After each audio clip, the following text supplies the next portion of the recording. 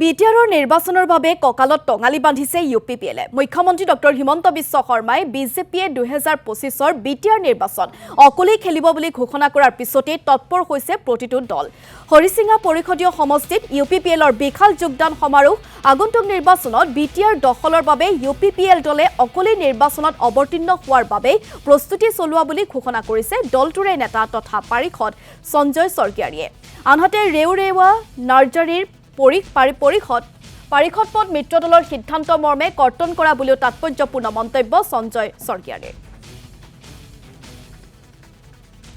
এতিয়া বিটিআৰ অঞ্চলত আমাৰ সন্মানীয় বিটিআৰৰ মুৰব্বী প্ৰমোদ বড়ো ডাঙৰীয়াৰ যি চৰকাৰ তেওঁ চলাই আছে আৰু এই চৰকাৰ চলাৰ ক্ষেত্ৰত আচলতে সকলো জাতি জনগোষ্ঠী ধৰ্মমূলক ৰাইজসকলে ইণ্টেলেকচুৱেলৰ পৰা আদি কৰি ছাত্ৰ সমাজে খেতিয়ক লেবাৰ শ্ৰেণী সকলোৱে আচলতে সন্তুষ্ট হৈ পৰিছে আৰু এইকাৰণে UPPL দলক আজি তাৰিখত দলে বলে ৰাইজে বহুত যোগদান হ'বলৈ ওলাই আহিছে।